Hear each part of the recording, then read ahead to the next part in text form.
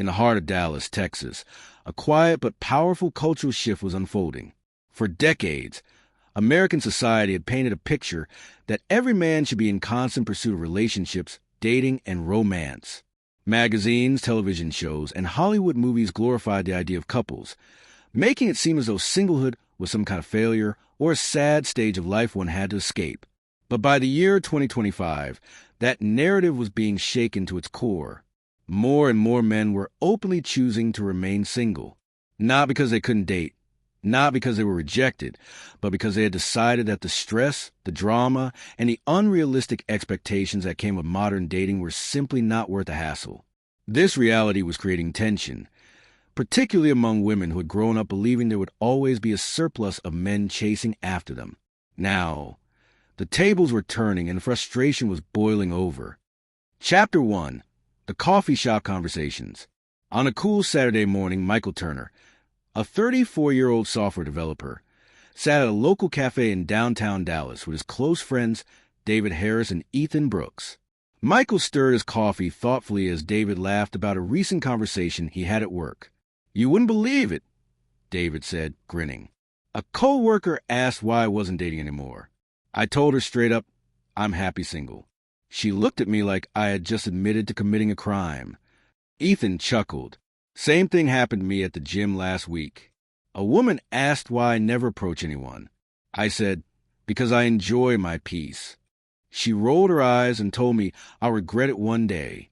I wanted to say, regret what? Not dealing with constant arguments and expensive dinners for people who don't even respect me?" Michael leaned back in his chair. "That's the problem, guys. Society still expects us to chase, to prove ourselves, to spend money, to impress. But when we finally say, no thanks, I'm good, suddenly we're the bad guys." The three friends nodded in agreement, sipping their drinks. What they didn't realize was that their conversation reflected the sentiments of millions of men across America. Chapter 2. Women Take Notice. Meanwhile, across town, a group of women gathered for brunch in an upscale restaurant. Jessica Miller, a 31-year-old marketing executive, scrolled through her phone in frustration. "Why is it so hard to meet a decent guy these days?" she complained. "Either they're emotionally unavailable, or they say they're not interested in dating at all. Like, what is going on?" Her friend, Ashley Johnson, sighed. "Tell me about it. I used to get approached all the time. Now, crickets. And the ones who do talk to me are in their 50s. Jessica shook her head. "I read an article the other day that said more men are choosing to stay single because they find dating too stressful. Can you believe that? Too stressful. What about us? We put in effort too." Another friend, Brittany Clark, added, "No, let's be real. Men have it easier now. Social media inflated their options, and they think they're kings.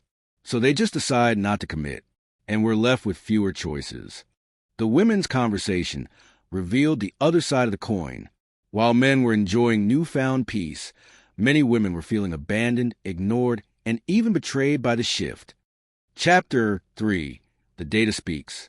Michael, always analytical, spent one evening digging through statistics.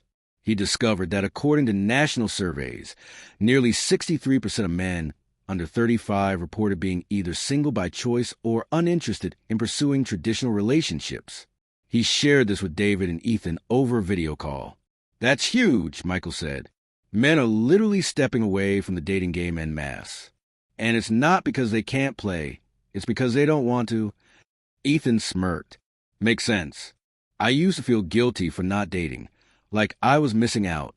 But now I realize I'm part of a larger movement. We're rewriting the rules." David nodded. "Exactly. And think about it. No one criticizes women when they say they're focusing on their careers or enjoying independence. But when men do it, suddenly it's selfish or immature. The data backed up what they were experiencing personally.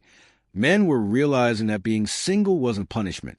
It was a lifestyle choice, one that brought freedom, financial stability, and emotional peace. Chapter 4. Media Backlash. As the trend grew, media outlets began to cover it. News anchors debated on television whether this movement was healthy for society. Some journalists framed it as a crisis of masculinity, while others called it a long overdue revolution. One popular daytime talk show even featured women venting their frustrations. "I just don't get it," one guest said passionately. "Men have checked out. They don't want to date. They don't want to marry. They don't even want to flirt anymore. What are we supposed to do?" The audience applauded, but the online reaction was divided. Comment sections exploded with men defending their choices. One comment read, "We're not anti-woman. We're just pro-peace. We're tired being treated like walking wallets or emotional punching bags." Another wrote, "Single life is underrated. I have time for hobbies, friends, and financial growth. Why would I trade that for stress?" The debate was fierce, and it showed no signs of slowing down. Chapter 5, A Happier Life. Michael's life blossomed as he embraced his singlehood. He traveled to Seattle, Washington to hike in the mountains, invested in property, and spent weekends reading books he had always put off.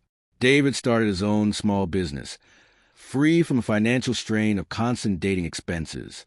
Ethan pursued his passion for photography, capturing stunning cityscapes and selling prints online. All three men realized something powerful.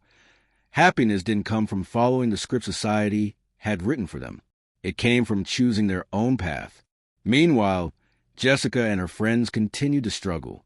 They vented in group chats, tried speed dating events, and even downloaded new apps. But everywhere they turned, they found men who were either disinterested or completely